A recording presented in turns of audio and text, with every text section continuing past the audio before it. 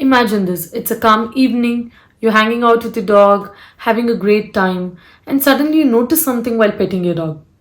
You stop. What's that? You take a closer look and it's moving. What's that? What's that, brother? It's a tick. These tiny creatures are like real life vampires sneaking around sucking blood. And guess what? Ticks aren't bugs. They're not insects.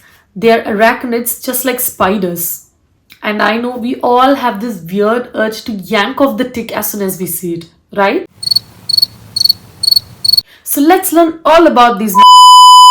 So let's learn all about these. So let's learn all about these bloodsuckers and how to keep our dog safe from their bite. So stick around and let's solve this tick mystery. These vampire cousins become very happy after receiving a blood donation that they want to give back some gifts to. Aww. They transfer infections to our dogs that can make them pretty sick. Let's first learn about these ticks. These ticks pretty much live on the host and only leave the host to hatch eggs and come back with a big party to rejoin the host. The mama tick, the big squishy one, can lay around 4,000 to 7,000 eggs. These ticks need a blood meal pretty much in every stage of their life, right from larva to adult egg, and many times they complete their entire life cycle on a single host because the blood meal was too good and no one evicted them. An interesting fact is that ticks mate on your dog's body. Probably because of complimentary blood meal service, your dog's body is pretty much like a bread and breakfast at this point.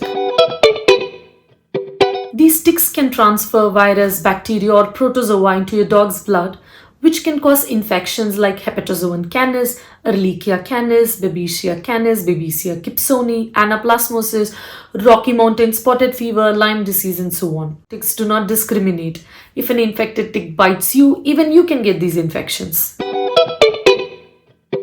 They lay eggs all over your house and garden, in cracks, crevices and soil. And once the eggs hatch, they climb on surfaces and tip of grass with 2 of their 8 limbs stretched out in a questing position, ready to climb on. When your dog is busy licking himself or trying to align himself for the perfect poop position, these bloody buggers climb on, bury themselves under the fur and start the food party. What do these infections do to your dog's body? They damage the blood cells, feed on it, multiply more and cause more damage. They can also cause enlargement of the liver and spleen, which leads to a lot of serious complications and sometimes even death. Tick-borne diseases are like dengue, malaria. Even a single infected tick is enough to cause a full-blown infection. The symptoms of an infection are fever, lethargy, vomiting, loss of appetite, and pale gums. And more severe symptoms are bleeding from the nose, blood in urine, yellowness of the skin, red spots under the belly, pain in the abdomen, swelling of the abdomen, and extremely pale gums. In some cases, the ticks let out a toxin which can cause tick paralysis, which can be life-threatening. In this case, the tick has to be removed immediately and treatment started right away. Talking about removing ticks, there's a science behind it too. As someone who has yanked off thousands of ticks, I've learned a thing or two. If you're a pro, you don't need any equipment, your 2 fingers are enough. With the 2 fingers, gently hold the tick as close to the skin as possible and without pitchifying it, gently pull it upwards. Make sure you do not behead the tick and remove it as a whole. No, I'm not trying to save the tick's life, but the remaining parts can cause an infection. If you're an amateur or grossed out by ticks, you can do the same thing with a pair of tweezers. A pro tip is that move your face away or at least keep your mouth closed because you can accidentally squish a tick. Experience speaking. Now that you've successfully dislodged the tick, remember to clean that area with an antiseptic solution and you're good to go. Tick fevers can flare up weeks after the bite, so keep an eye on your dog. If you see one tick on your dog's body, chances are that there are 50 more teeny tiny ones not even visible to you feeding on your dogs. Because they can vary in size, they can be as small as the head of a pin and can grow as big as a soaked raisin. An important thing is that the pregnant dog can transfer these infections to the unborn puppies through the placenta.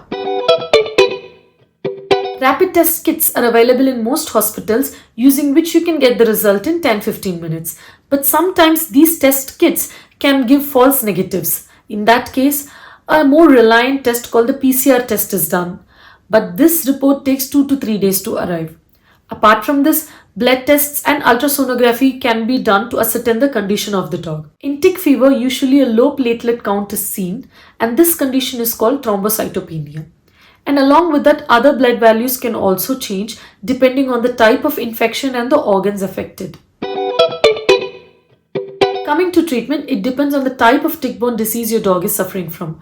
If you want me to make a video about each type of tick-borne disease, then please comment below. Overall, the treatment will be a combination of antibiotics like doxycycline, clindamycin, metronidazole, atavacuone, azithromycin, or a combination of one or more. And antiprotozoans like imidocarb or Berinil. And a load of other medications depending on the condition of your dog. Sometimes blood or plasma transfusions may also be needed. It is important that you follow the treatment protocol very strictly and not to break in between. And once the treatment is done, you need to do tests again to be sure that the infection has cleared out completely. But in some types of tick fever, the infection never really goes away completely and can flare up at a later point when the immune system is under stress. I hope I've scared you enough about tick fever to not skip the preventatives. I will start with the least effective preventative to the most effective preventative, and the last one is my most favorite one. Propoxur-based powders like Notix or X-Tix are the least effective ones, but can be used on puppies less than 2 months old, but with precaution, as this powder is toxic if ingested. So what I suggest is that you manually remove all the visible ticks from the puppy and then dust this powder and leave it for an hour and rinse it off.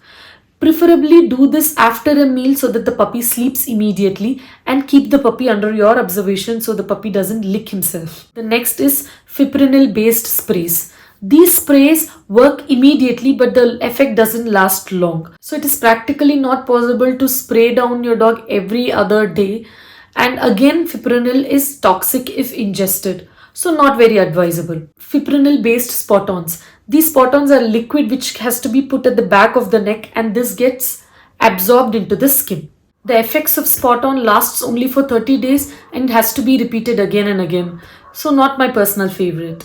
Next is chewables. There are many commercially available chewables, but I am going to talk only about the 2 best ones, Bravecto and Simparica.